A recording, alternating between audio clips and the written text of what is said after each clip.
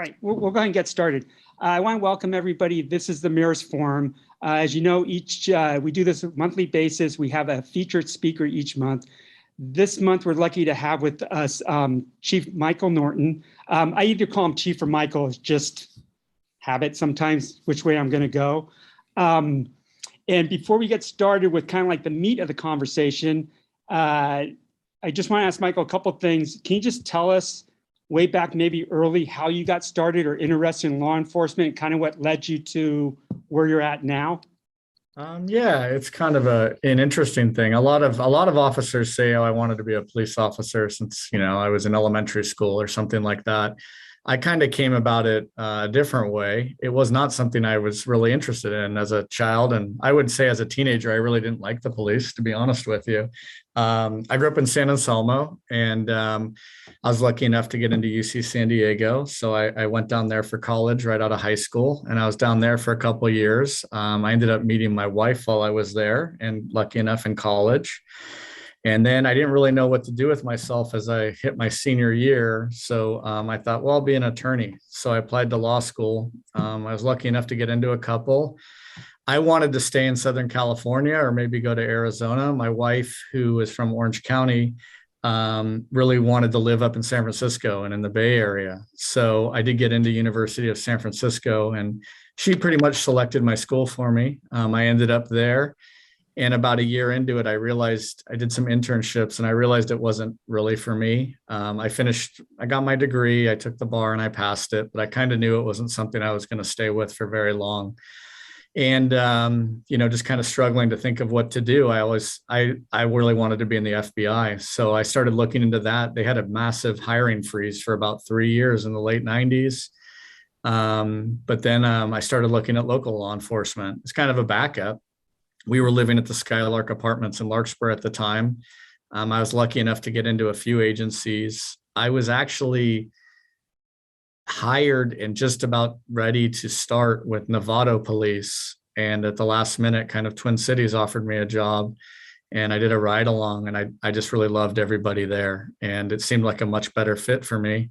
It's a great commute too, right down the hill. And I started here, and I kind of fell into it, to be honest with you. And honestly, when I started, I thought I'd maybe be with the agency for a couple of years and then either move to the feds or go to a bigger agency. But I just kind of fell in love with it. It was a perfect fit for me. And I think I was a good fit for here. And I've been here for 22 years. Let me ask you a question. From the beginning to now, what's the biggest change you've seen? Not necessarily time related, just whatever kind of comes to mind. I've seen a big change, not good, not bad, just with the population here in 20 years. It was still a little bit working class, I would say. There was still some affordable housing maybe 22 years ago. It was still expensive, don't get me wrong, but you could probably get a townhome for $350,000 maybe in Larkspur in certain parts. And just that is tremendously different. And I've noticed that I ended up moving up to Petaluma, and we're going through the exact same thing. That's a major change. And honestly, there's a big change in how over 20 years with how we treat people with mental health issues, with how we treat rehabilitation of criminals, things like that. That's changed a lot with legislation and just perception as well. Okay, thanks. And then one last more personal related questions, because I know your job, it's almost like a 24/7 type thing, but in your free time that you have free time, any hobbies, any favorite vacation spots that you go, I really love going here? Or I like doing anything outdoors. I always have. I grew up in San Anselmo, so I grew up, hiking around Mount Tam and all that. I haven't ever really been able to shake that. So I enjoy hiking. Nowadays, it's mainly up in Sonoma County. There's some pretty good little mountains up there. And I've kind of taken up golf again a few years ago for the second time in my life. And that's a good little stress reliever for me to get out there and walk around for a couple miles and get outside and reboot on the weekend. All right, thanks. If anybody has any questions as we go along, because some of you have already been on these before, we just kind of go whichever direction it kind of takes us. So if any questions, just feel free to jump in. So one question I'll kick off with is, what do you see the biggest crime? And I know that you cover San Anselmo, Larkspur, and Corte Madera, but maybe we'll just focus on the Corte Madera part. what's the biggest problem, crime type problem facing Corte Madera right now, or the most you get the most service calls on? Yeah, Corte Madera is going to be retail theft for sure with your two big shopping centers. It's a bit of a magnet for people outside the city and outside the county to come in.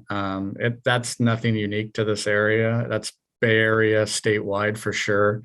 I think that's where we see the most amount of crime is occurring there.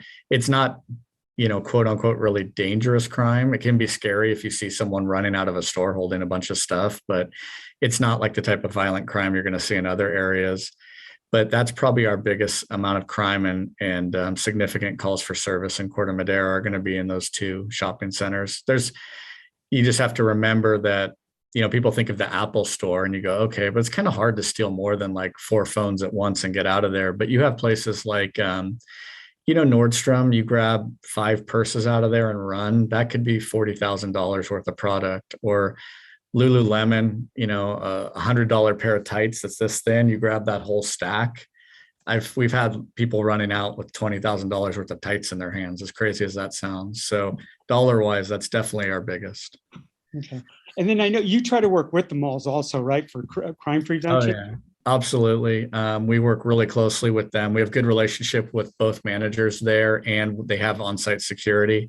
And we're constantly working together to try and prevent and improve and learn from everything that's going on and adapt. That's something that's changed a lot over the years. And I know a lot because we walk a lot. We walk through the village a lot. I've seen like officers, like a lot of times I see them in front of, not maybe just directly in front, but hanging around Apple, see them hanging around Nordstrom, see a patrol car either down by Verizon or over by Nordstrom's. Is that overtime? Is it?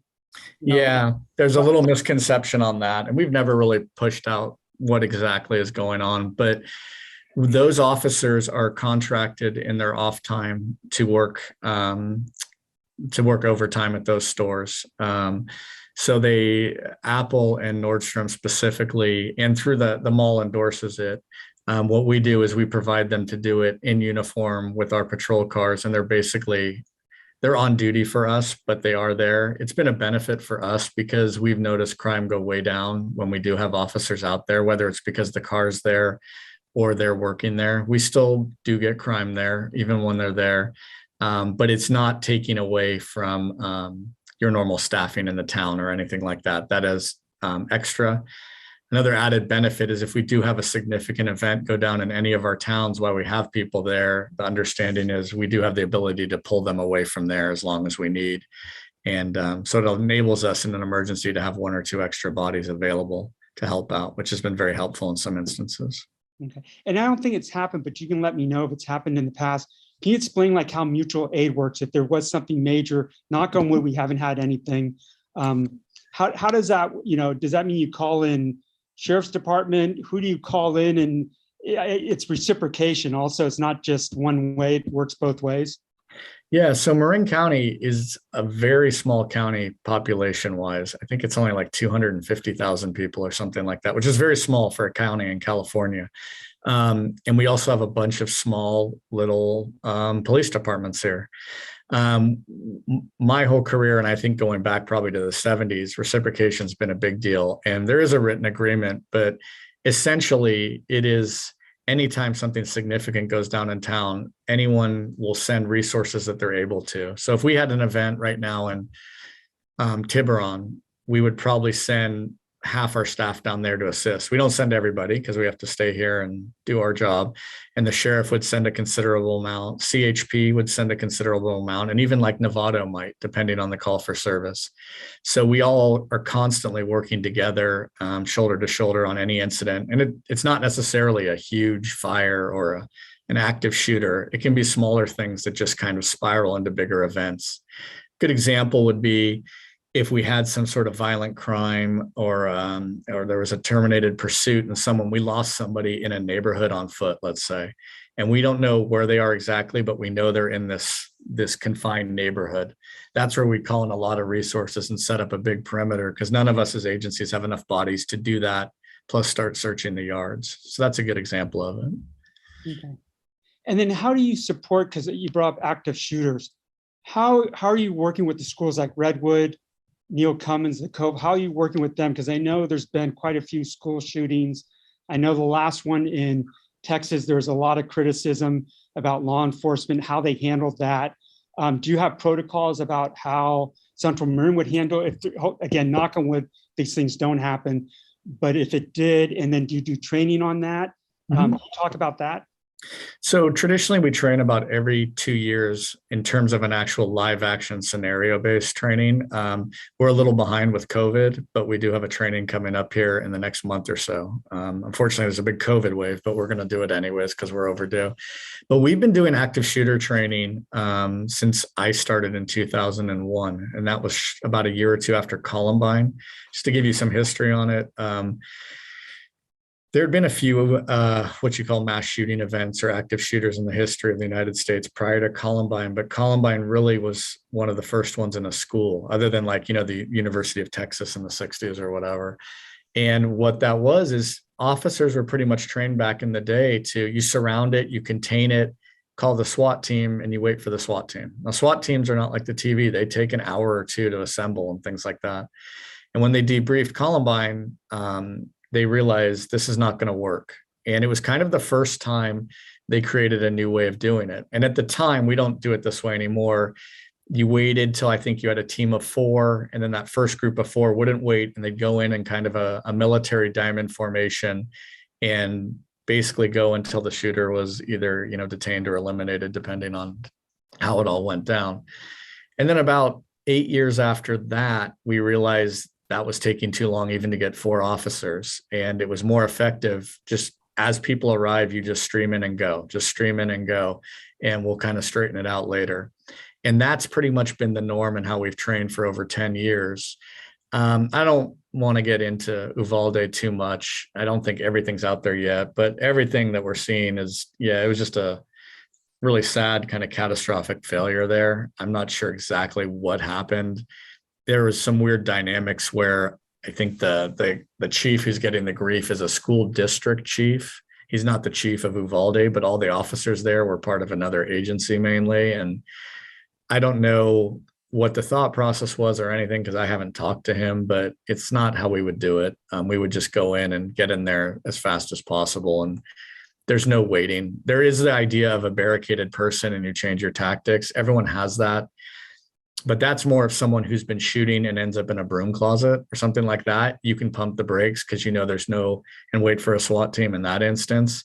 But if you're in any type of room where you even think there could be future victims or current victims or they're bleeding out, you don't wait. It's not barricaded at that point. You just keep going in until the threat's eliminated.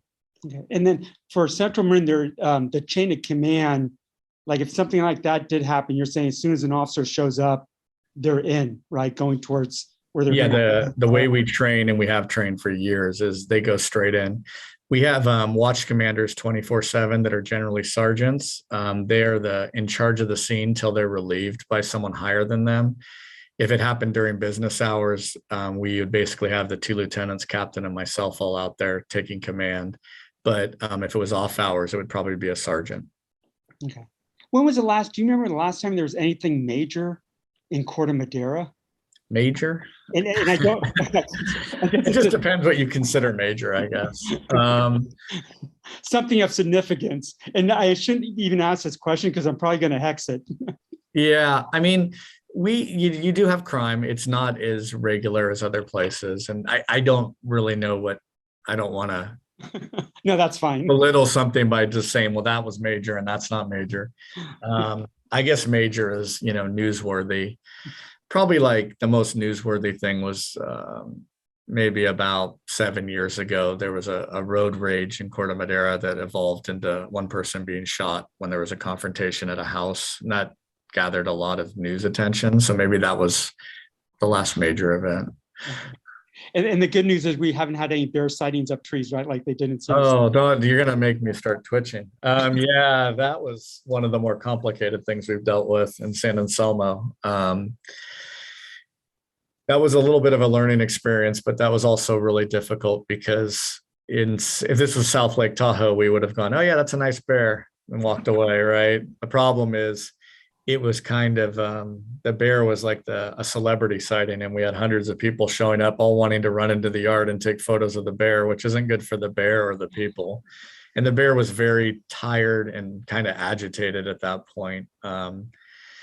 It was a good learning experience for us because I think we had naively thought we could call Fish and Game or the zoo and stand back and, what do you guys need to help us? And everyone's like, oh, you're on your own. Deal with that bear. Good luck. But yeah, I did. For those of you that aren't aware, we had maybe just a couple of years ago, a bear. I think what happened is it had come down along the ridge in San Anselmo, the mountain ridge there, and gone down into the neighborhood in the middle of the night, got tired or whatever, curled up in someone's backyard. And then there was early morning construction on the street, like jackhammering, and it freaked out and ran up a large oak tree. And then about, halfway through the day, a neighbor goes out to have a cup of coffee and sees a bear in his neighbor's tree and calls us. And at that point, it was already really dehydrated and tired. And it was the middle of the day. It was kind of starting to want to come down. So we had to kind of bang some pots and pans because we weren't ready for it to come down at this point, because Ropes and Harrington Park had a huge day camp going with about 200 children. And we knew it was going to want to go that way, or it basically 100 yards to the left was all these children running around in a park. And to the right was downtown San Anselmo. And neither one was really a great thing. So we kind of locked down the neighborhood, told everyone to stay indoors, evacuated the park. And when we were ready, we stopped banging the pots and pans and we left the yard, and we kind of surrounded the bear in a U formation with cars. And the moment he kind of stuck his head around, we turned on the lights and started hitting our air horns and making a lot of noise and scared him towards where the children were. Now, they were long gone by now. He kind of cooperated, except he decided to run through a few fences on his way up the hill, but he eventually shot up the hill. And that's how we did it. And later we were talking to Fish and Game, and they're like, yeah, that's all you can do. They don't do the tranquilizer thing or anything like that, which was what I naively thought how you dealt with the bear. They're like, no, just let him come down and he'll do whatever he wants. And I didn't really like the sound of that, but we were able to get through it. At least he wasn't up there for like 10 or 12 hours or 24 hours or anything. It felt like it while I was out there, but yeah. Thanks. If anybody has any questions, please just raise your hand or jump in. During COVID, was there a note? I'm sorry, Susie, go ahead. Hi, and I'm on my phone. I hope I'm doing this right. Can you hear me? You're good. Okay. Hi, Chief. I'm glad you're here with us today. Thank you very much. I have a question. In being an NRG person, I'm curious as to how the police department and the fire department, it's a huge question really, but how they work together when it comes to both evacuations and earthquake emergencies and things like that. Because really, I know we don't have a lot of crime. Luckily, that's really good. But I know that you also play a very important role in those kinds of natural disasters and emergencies. So do you have any comments about that? Yeah, I'll talk specifically. We're due for a big earthquake. Let's not be naive about that. But I think most of our focus is like on an earthquake, there's no real evacuation until after the earthquake's over, right? Because it could just happen right now and whereas fire, we have a little control over, depending on the situation. So I will say since the first big fire, we did a little bit of evacuation training and things like that back in the day, but we've really kind of stepped it up and rethought about how we do it since we had that first large fire a couple of years ago in Sonoma County. That was kind of a triggering event. And I think it was helpful that most of our officers and firefighters live in Sonoma County. So some of us got evacuated, some had to pack up, and they did a great job, but they even admitted, oh, here's what we should do next time. So we were paying a lot of attention to that, and it was kind of free learning. And it's unfortunate that you learn that way, but even Uvalde, I think the school shooting, there's a lot to be learned from that as more information comes out.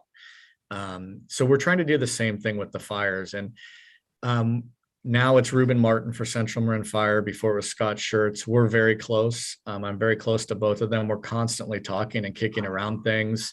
And I'm always asking him, like I had a big fire on the way home off 101 the other day. And I'm like, how do those start? I was watching it spread. Explain to me this, because we basically are two different, worlds. And we're learning more and more, whether it's school shirting and bringing the firefighters in, or fires and bringing us in to really understand it. Because even as little as 2 years ago, we kind of jumped the gun on one. I'll be honest. We went out on a fire scene in Corte Madera, and we ended up getting dispatched to the wrong side of the hill. And we had no real communication with fire, but we saw flames. To us, it seemed like it was coming into houses. So we just went, hey, better safe than sorry. We nixle it. We put on our high-low sirens. We start evacuating people. And later the fire's like, that was not necessary. We had that thing. And we're like, okay, well, teach us how this works a little better. And they're like, it's going to look bad, but we'll let you know, like I said, how it works in terms of evacuation. So we've gotten better with that. And I'll give you a recent example, whether people agree with it or not, is I think it was just a couple of days ago or a week ago, there was a pretty significant structure fire in Mill Valley that butted up to southern Corte Madera. So you could probably see smoke. You could probably smell it. I was home. I got alerted right away of it. I immediately called the fire chief for Reuben Martin for Central Marin, and I had my captain call the police chief of Mill Valley. So we were all talking to each other like real time. And Mill Valley was like, hey, we're evacuating a few people because we're not sure. And we said, good. Reuben was relaying to me through, he has like real time, I don't know, iPad, internet based where all the units are. He's like, no, it's give it a few minutes. It looks like it's contained. And so we were ready to do a nixle, to do an evacuation, to do the high-low at a moment's notice, but we didn't want to do it prematurely and scare half of Corte Madera. And they can pretty much tell you within the first 5 or 10 minutes, I've found whether, you know what, I'm not sure, or don't worry, we got this. So it spread to maybe an acre of forest land and 2 houses, but they were able to knock it down real quick. And that's one thing I've really learned going to fire scenes over the last few years is, to me, I go, oh my God, the whole hill's going to burn down. And they're like, no, relax, we got this. And they're great. I mean, and I think a lot of that is because our firefighters, so in San Francisco, they always stay in the city, but when you get in urban areas, like rural areas, kind of where we are, the suburbs, we send our firefighters to those big, massive fires all over the state. And I think they really have a good understanding of how they spread through trees and things like that, which is super helpful because of that real life experience. But that's just me, I don't really know fire. I'll be honest with you. But it's you and Reuben that pull the nixels for whatever reason. We decide together. Yeah. Absolutely. And because you don't want me, Chicken Little, not knowing fire, running around, and because I'd just be pulling it every time and everyone's freaking out the door. So I rely on him. And then when it's go time, he'll tell me, and then we take the evacuation over and they go fight the fire. I have one other question if there's nobody else. I can't see if anybody else is asking. Chris has a question, but go ahead, Susie, and then we'll go to Chris. And one quick comment. My brother-in-law and sister-in-law, they live in Scotts Valley, and they were above. That house is right below them. They said the police came, knocked on their door, and told them they need to get out. And my sister-in-law was like, oh, we need to grab a few things. And they were like, no, you're leaving like now. So Susie, go ahead. And then we actually have 3, and we'll go to Chris, Pat, and then Patty. I'll be super fast. This has to do with next door. There are comments sometimes on Nextdoor about the police not doing their job, not doing this and that. And I tend not to get into little arguments with people about stuff, but do you have access to that? Or is there somebody that can kind of give you a heads up? There's stuff going on in the community, and if you can get in and straighten it out, it's not always they don't. No, they don't give access to us. Nextdoor is kind of anti-government, to be honest with you. We've tried when it first started. It was kind of a dirty trick. That whole company, I don't think much of, to be honest with you, because about 10 years ago, they reached out to all the law enforcement agencies in the state and asked us, they touted it as this great thing of interacting with the public, and you'll have all this communication with them. And they just needed us to help set up the neighborhoods. So those neighborhood groups were pretty much set up by your police department. And in the moment they went live, they kicked us out and said, you're not allowed to be on there. They'll allow us to put like an advertisement on there, like, you see that, like, hey, we're doing a gun buyback, but no, there's no back and forth. And honestly, occasionally people send me things, but I don't I think their thought is I would have a bunch of free time to peruse Nextdoor and respond to all this. And hopefully people just reach out to me if they have an issue, but I'm not too concerned with what happens on Nextdoor. Thanks. We'll go to Chris. One question really quick for the chief before we go to Chris. You just said that people have access to like your email, phone number, they can reach out to you anytime.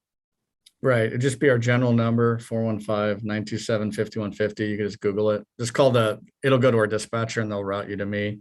And then, I think email is just right on our website, like the first page, because I get a ton of emails. So I believe it's there. It's just mnorton@centralmarinpolice.org. I will say I do not check that 24/7. I do not get my phone calls 24/7. So if you actually need a police officer, I usually route I would say 90% of the emails I get, I forward to the on-duty watch commander who sends an officer. So people end up waiting several hours for something they would have gotten a response in 5 minutes to if they'd just called our number and asked for an officer. All right, thanks. Chris, go ahead, and then we'll go to Patty. And then I apologize, I don't have my reader glasses on. Is it Colin after Patty? Thank you. Go ahead, Chris. Great, thanks. And I'll keep it quick, but I'd say just observationally, maybe episodically, I felt like there's more folks who look like they might be homeless, might be suffering from mental health things going on. So I'd maybe just ask if that's true, and then also ask if there's more resources that you guys can have, because it's the last thing that, well, not the last thing, but it's something that it's not always what officers should be doing, managing somebody's mental health situation and crisis. What resources can the town, can the county be giving you guys more to keep people safe, and also keep you guys focused on the actual crime prevention and things that we all appreciate. Great. Yeah. So for those of you that don't know, it was a little before my time, but I think it was the early 80s or late 70s. They closed down the mental health or psychiatric wards in the state of California and basically pushed everyone outside.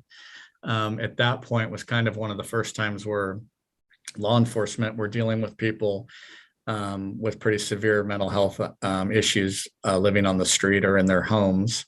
And I think, if you think about it, a lot of it was pretty severe. I remember growing up in San Anselmo, most of the homeless people were like Vietnam vets suffering from really significant PTSD and things like that, which is super sad. And that's just kind of been something that was thrust upon us over the years. We have Marin County in general, around 2002 was one of the first places in the country to start sending officers to crisis intervention training, which is, it's not full, you're not a psychologist when you're done, but at least you get 40 hours of exposure on how to talk to people and direct them to resources and what the county had to offer. We send all our employees through that, usually within the first 2 years of starting here, so they have a good understanding of that.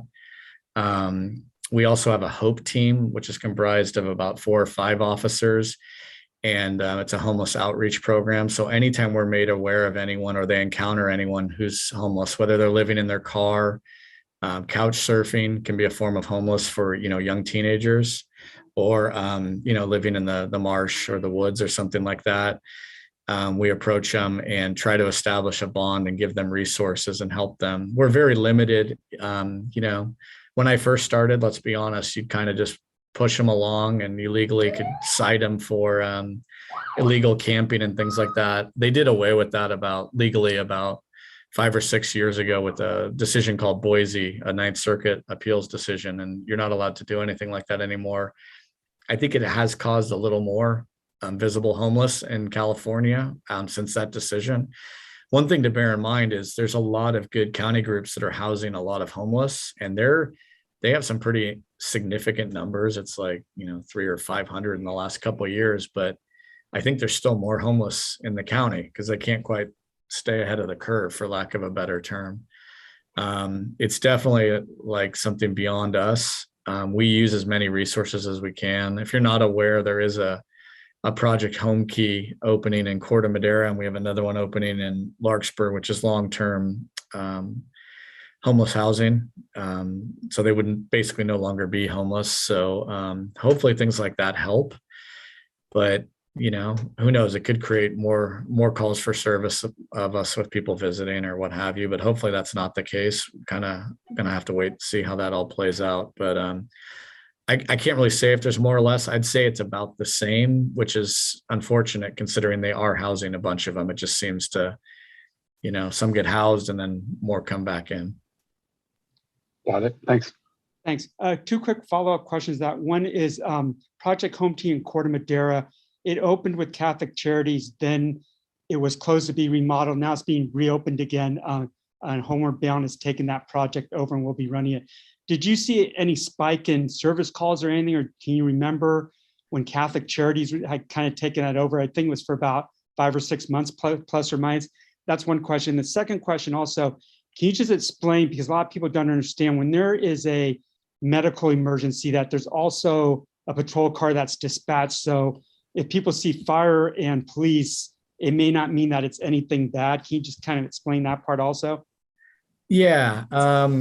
So traditionally, up until kind of COVID, we would always get dispatched to medical calls along with fire.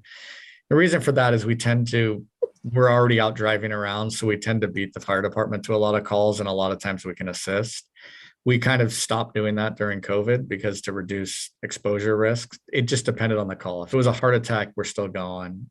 A seizure, we're still going. But if it's, I'm not feeling well, or I fell out of my bed or something, we'll let the fire department handle that.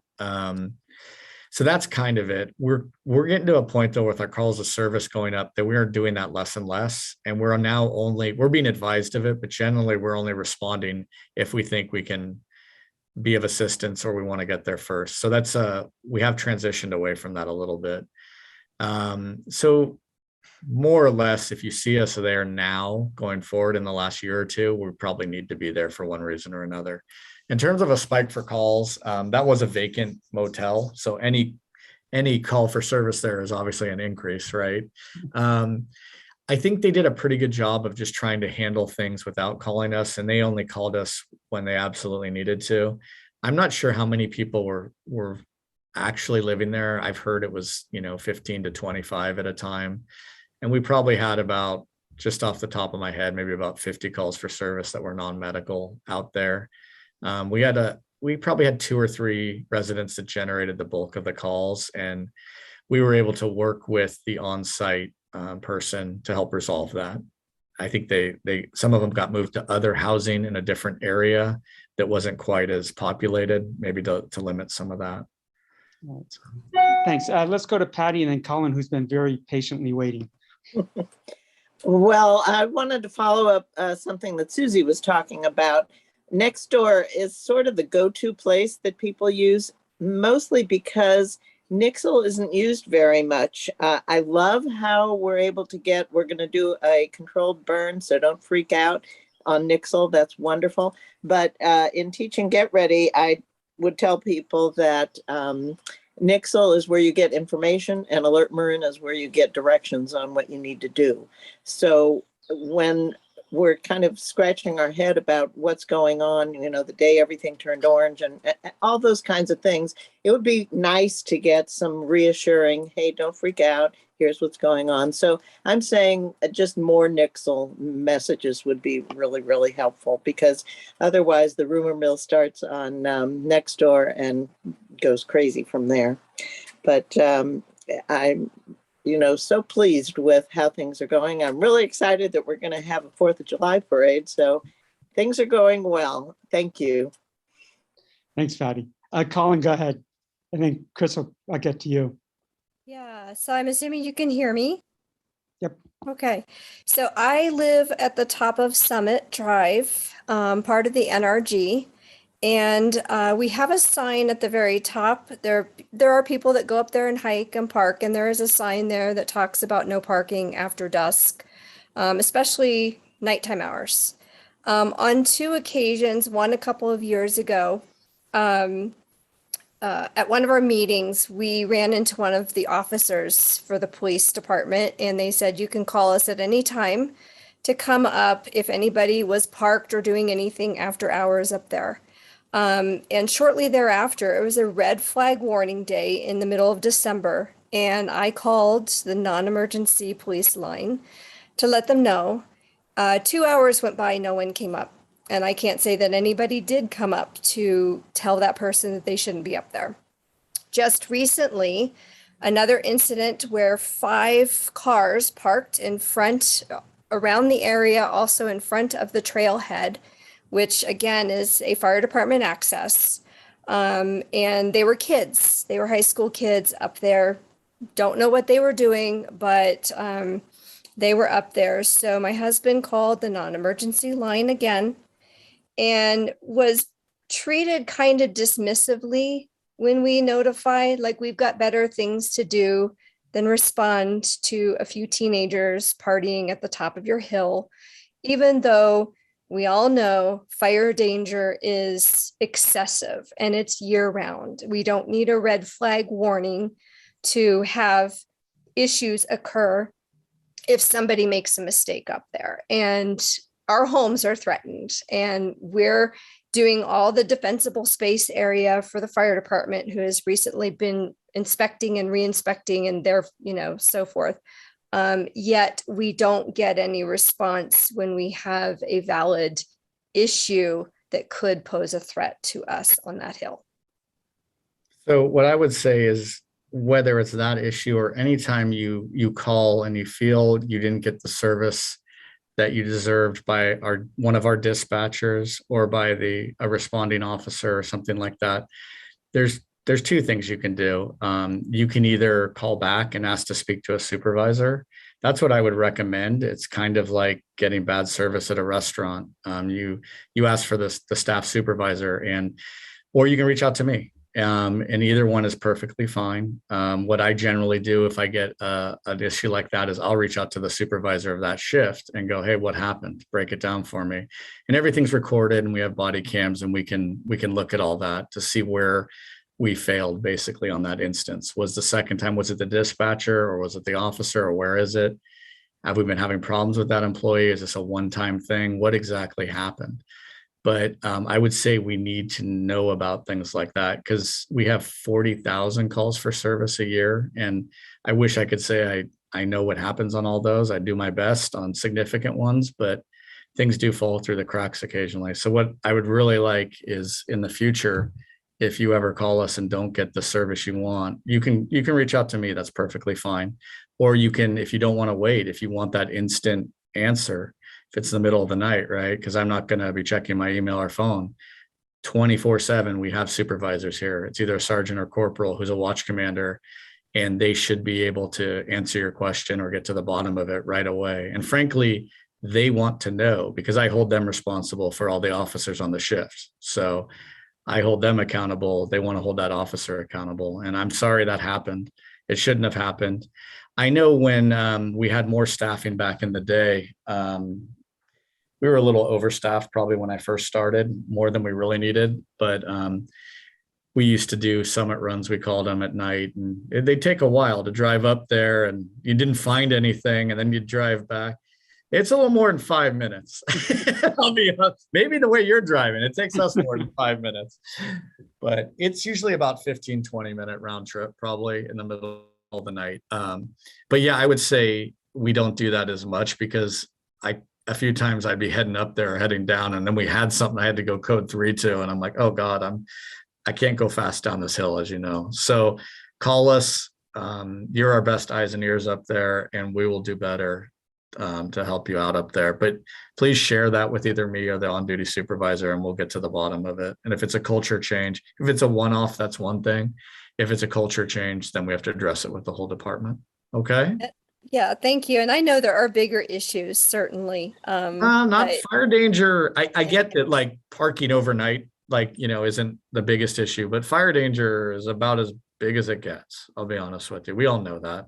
I mean, I have a beautiful office. I look out my window, but I try not to, because I don't like to see all those trees in front of me that go up Mount Tam. It's a crazy amount. And we all know that, probably Christmas Tree Hill is our most difficult route to evacuate in the whole jurisdiction, followed closely by Madrone. Pick which one you think is more difficult. I don't know. So we're well aware of it and the challenges. But yeah, it upsets me when I hear that. So I always say, please tell me right away. So like, I don't know how long ago this was, but it's really hard to go back and figure it out unless you have a specific date and we can find it or something like that.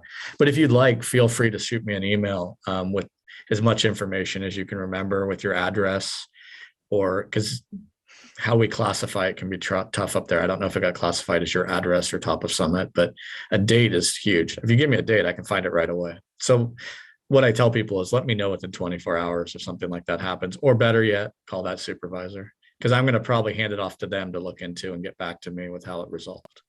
Thank you. You're welcome. Before we go to Chris, besides the obvious, how do you interact with Corte Madera, with the code enforcement officers? And when should, if it's like a parking situation, should people be calling Corte Madera for code enforcement, or does it go to Central Marin, or does Central Marin to refer some of those? How's that interaction work? It's kind of still a little bit of a work in progress. I think if it's probably easier to just call us, because then you have someone working 24/7, whereas code enforcement, they're much more limited, to daytime hours and things like that. Code enforcement, they're very helpful for us with ongoing problems like, dogs in the park or something like that, where it's not a one-off, but it's an ongoing thing. If you have a single abandoned car on your road or a motorhome or something like that, it might be easier just to call us, I think, and we can just handle that. But if it's an ongoing thing, like every day, a different group of people is coming and doing this. So we work together. It's a lot of email exchanges between the code enforcement supervisor and my captain, and we just kind of divvy things up, for lack of a better term, go, I think this is a good one for you, or we can handle that. But anything after hours, weekend or at night is really us. All right. It helps. Sorry, it's not super clear. We're still kind of working through it, to be honest with you. Thanks. Chris, go ahead. Super quickly, just wanted to share for Patty, who actually asked the question earlier, who was saying that, it feels like you don't know what's going on until you get like the nixle. And she talked about like the evacuation scenario and the fire. And I just, maybe for her benefit, and guys can tell me if you don't recommend this as a good idea, but there's an app called Pulse Point that basically sort of classifies 911 calls, I think non kind of like crime related ones, more like wildfires or injuries. And you can see those alerts live. So you can set it up so that you just see about fires, and it has both structure and vegetation. So that's probably a better way than, having the police, kind of nixle everybody for any kind of fire. And Nixel, thank you. I can't vouch or speak to Pulse Point because I'm not aware of that, but I can tell you Nixel, it's generally a little bit of a pain in the butt to push those out. So we try and do it really when we're necessary, not for every time. Generally, and some people go, well, it's inconsistent. Sometimes you say, don't worry about the smell of smoke in the in the air, and sometimes you do. And really, we're sending those out at the direction of our dispatchers because people panic and everyone starts calling 911. And if we're getting that type of issue is when you generally will see, hey, don't worry about that. I mean, we sent one out recently of a fire up by Lagunitas Lake or Bon Tempe. That's not even close to like San Anselmo or here, but we had residents here just smelling smoke and calling 911 and locking up the line for people who are having real emergencies. I can't get through. They're getting busy signal. So that's a big time we do it. We've gone back and forth. I think a few years ago, we were sending it out all the time. And what happened was people were canceling Nixel. We saw our subscribers going down, and that's the last thing we want. So, and early on with Nixel, you might remember we'd send out little, when we did a tobacco sting operation or something like that. We try to keep that more for really important, necessary things. So when people get a Nixel, they know to read it because we had a little Nixel fatigue. Whether that's right or wrong, we'll always go on there and tell you if it's an emergency, but the alert run is really the one you're going to get notified right away. You shouldn't be relying on Nixel. Nixel is just more information. Patty, go ahead.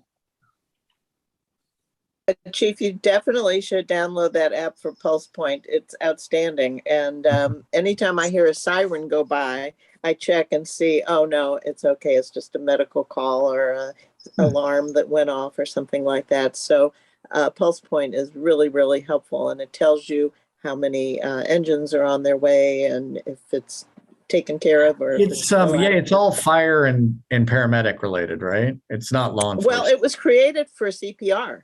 The whole thing was created so that locals would know where there was CPR needed. Yeah, I do have that. I don't think it does law stuff. I think it's all right, which is paramedic and fire related. Right, if I remember right. Okay. Right. Sorry to chime And in. so I have it set so that I only get notifications when there's fire. I don't want to get notifications about a burglar alarm going on. So I have it just set for the fires, and I depend on it completely. It's wonderful. All right. Thanks. Morphing in another direction is that I know I get a lot of my neighbors complaining about people speeding in our neighborhood. It seems like it's kind of a thing, not just limited to my neighborhood, but other neighborhoods, people either running, California stops, that kind of stuff. How does Central Marin, how do you handle traffic?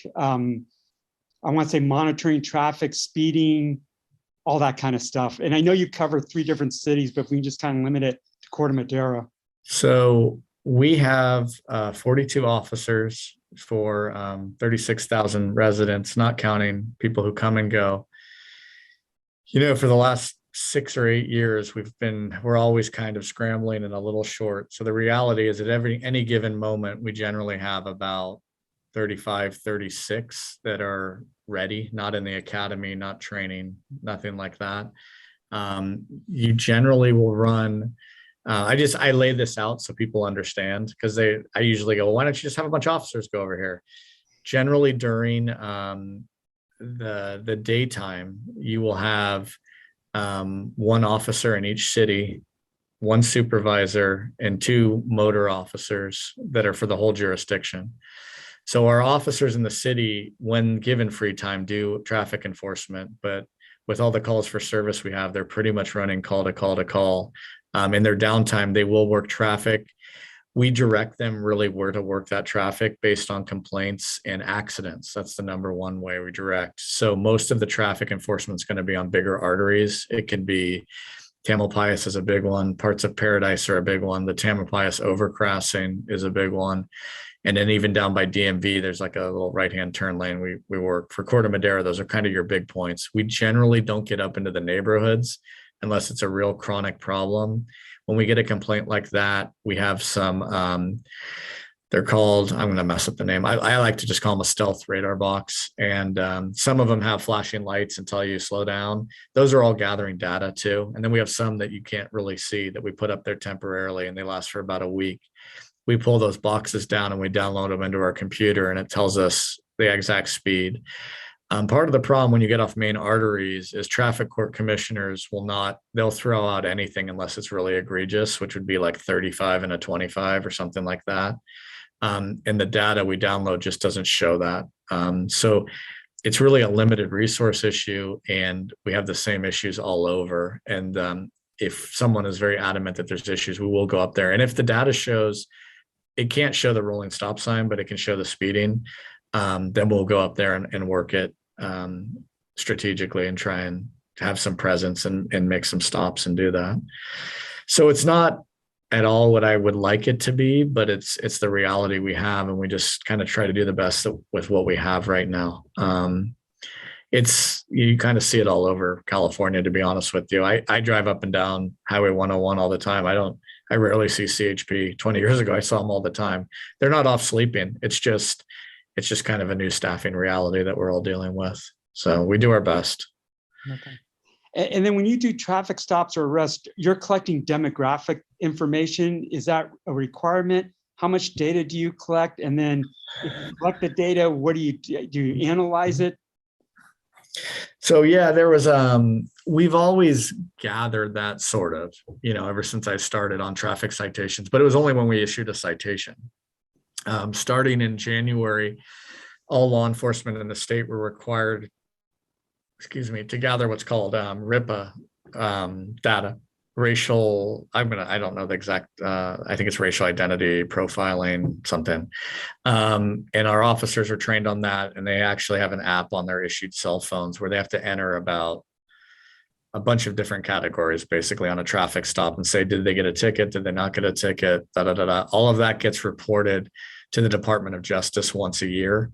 So at the end of this year, we'll be reporting all of that to the Department of Justice. In addition, the software that we have, doesn't provide live information or anything, but we are quarterly uploading that onto our website. If anyone's curious, it has, it's not a ton of data, but it is some snapshots with, pie charts of the amount of stops and detentions we're making.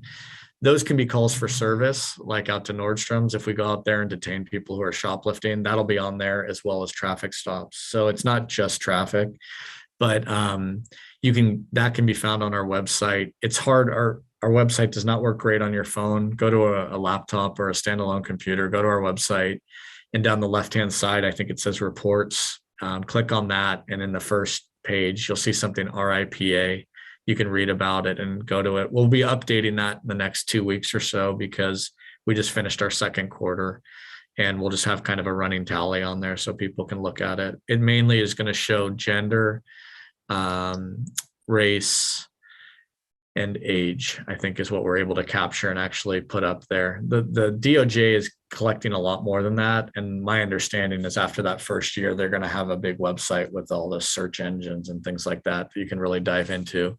The software we have is mainly just for gathering it and reporting it to them, but we are able to do kind of a basic snapshot for the public to look at. Does that answer your question? Yeah, it does. Okay. And then David McPherson, he had an email question, and it's regarding Airbnbs. In the last 5 years, I'm paraphrasing, in the last 5 years, has Central Marin Police gotten any service calls related in Corte Madera related to Airbnb, any short-term rentals, anything like that? I think Airbnbs, it's legal to still have them, right, in Corte Madera? Am I wrong with that? Okay. I'm sure we've been out there, and the hard thing is the way we collect data is based on the call for service, like a barking dog or a home burglary or something like that. We're not able to look at all the calls and tell me how many of those happened at a short-term rental. It's not like a searchable thing we have. If specific addresses were provided to us, we could go back and look if there's like a possible problem one, something like that. But I'm not able to search just by VRBO or Airbnb or rental units. So I think to dive into that more, I would need some specific addresses, and then we could do something like that. And I would probably do that at the direction of the town manager if you wanted me to. Okay. All right. Thanks. Does anybody have any questions? We're going to wrap this up in about 2 minutes. Otherwise, I think we could go on for the next couple hours, which we probably don't want to do. I'm tired. 2 questions for you. One, from a safety perspective, what would you if you could recommend one thing to Corte Madera residents or any residents, what would you recommend? And the second part is, you'll love this one, what keeps you up at night? Okay, I'll start with the second one, and people aren't going to want to hear this. It's red flag days keep me up at night. And a little of that is, PTSD from the Sonoma fires, waking up in my house to why does my house smell so smoky, and finding out I'm in Petaluma. That was in Santa Rosa, and it was crazy what it looked like that morning. So that keeps me up at night. We're kind of prepared for it as much as we can, but that and a really big earthquake. I mean, that makes me nervous. The last big one that kind of was here was 89. I felt a good one up in Petaluma when Napa hit, but we're pretty much on the San Andreas Fault here, more or less, so that's a little nerve wracking. Natural disasters, I guess, keep me up more than crime. And that's a good thing. It'd be much worse, as scary as natural disasters are. It'd be much worse living in an area where you're constantly worried about crime and violent crime and things, right? I think we can agree to that. That wouldn't be very comforting. And what was the first question? I already forgot. If you could recommend one thing from a safety. Safety. Okay, I don't want to give away all my secrets, but I would recommend what I do at my house. simple things like a porch light, having it, you can do the motion sensor ones, or you can just flip that thing on, get an LED bulb. It shouldn't burn a lot of electricity. Keep your front door illuminated at night, every night. I hate dark front doors. They're dangerous for like an intruder or something like that. Alarms are great. If you can't afford an alarm, get an alarm sign and put it out front, or some stickers on your windows or things like that. Here's one. This, you may think this is funny, but I'm a big believer in an American flag in the front yard, whether you own a firearm or not. I'm not saying to own one, but I think burglars think there's this new thing where if you're flying an American flag, they must be a Republican, and they probably have 30 guns in there. Maybe they'll stay away from that house. Just a thought. I know these seem silly, but what it boils down to is they're going to be driving down a street and pick the house that looks like the one that's going to be the least hardened, right? You don't have to get bars in your windows or anything like that, but make your house look like you're aware of crime and that you're doing a little something to prevent it. Real simple things. Always lock your doors, lock your windows. If it's hot and you got to have your window open, get those wooden dowels, right? And so no one can open your window, because you're going to forget in the morning, and then you got an open window. If you have side gates that can close, put little locks on those, or do something so someone can't just walk right into your yard. Responding to all these alarm calls for years, we've seen everything. We've seen places where we get frustrated that we can't even get in the backyard to check. Well, that's a great house. That's how my house is, right? But we've seen other houses where we go, oh, the front door is unlocked and no one's home. That's nice. It's make it difficult for people. Lock your car doors. Don't leave your garage door open or in your car if it's parked outside, because guess what? They break a window of your car. Now they're in your house. I can go on and on, but just little things like that. It doesn't cost a lot of money. It's not really that much effort. Don't make it easy for people to make you a victim. And then, as I always talk about it, if you're out shopping, don't have a Nordstrom bag or a Macy's bag in your backseat. I don't care if it has old cans or books in it. They're not going to know that. They're going to break your window and take that. Even here, in San Francisco, they'll break your window for a hoodie sweatshirt. Even here, though, if they think it's something good, they'll break your window. So leave your car empty, lock it up, keep everything well lit, and don't be afraid to call us if you see something suspicious. We'll go out there and decide if it had merit or not. But the worst feeling would be not calling it in, and then your neighbor's house gets broken into or something. I will say that most home break-ins occur during the day and not at night, which is good. Most burglars do not want anyone home when they come home. So if you're going out of town, make it look lived in. Use timers if you have them, or smart plugs. Make your lights go on and off. Make it look like someone's there, even if you're not. That's kind of the best safety advice I can offer everybody. Thanks, appreciate that. I know years ago, my wife was working from home. She looks out her backyard and she sees somebody on the roof of the house behind us. Yeah. And she was like, hey, what are you doing? He goes, oh, I'm fixing the roof. And get this, she wound up calling you guys. I think they caught the guy 3 or 4 blocks away. They put her in a car. She identified him. Yeah, that's perfect. Yeah, she said it was just weird. You're looking outside and you see something on a roof that has no business being there. Ask where their tools are. And if he's got no tools, he's probably not working on the roof, right? Yeah, exactly. Yeah. All right, well, Chief, we appreciate your time and all your service, and we appreciate all your officers out there keeping us all safe. And thanks for showing up tonight. Again, greatly appreciated. Thank you, Mayor. I appreciate it. Everyone have a good night. Thanks. And then really quick before I sign off, I'm going to open this up. Is there anybody that has any questions related to Corte Madera Town Council? We just passed our budget at our last meeting. Any questions? We only have about 5 or 6 people on the line. Going. Go ahead, Patty. Question? Yeah, go ahead. It's Colin again. Oh, hi. So just wondering, I don't know if you can answer, but just wondering where the study is regarding the fire prevention and undergrounding all the electrical lines in the highest risk areas? I'm not sure where it's at. I know RJ was working on that. Let me do this. I'm not sure if I have your email address. If you can email me, then I can check in with RJ and get back to you if that's okay with you. Yeah, sure. I know Patty Poppy's on the television a lot talking about undergrounding for PG&E, and I think Christmas Tree Hill would be a prime candidate for that sooner rather than later. Yeah, I think they were looking at the lower part at one time, and this was a while ago, the lower part of Christmas Tree Hill. But Yeah, at the intersection of Edison and Redwood, but I've had two electrical lines come down right next to my house in the last several years. Okay, and you're the first house at the very top? Yeah, I'm at 400 Summit. Okay, I think I know one of your neighbors who lives either one or two houses down from you, Rebecca? Yeah. Yeah, okay. Yeah, Rebecca, she's Yeah. up the street about 3 houses. Yeah, yeah. And I go hiking up that way sometimes. I don't park, I actually hike up. Yeah. So, okay, yeah, if you could shoot me an email, I can find out for you. Okay, thank you. Okay, anybody have anything else? Okay, with that, again, I appreciate everybody attending and everybody have a great night. Oh, and don't forget 4th of July parade Monday. Thanks.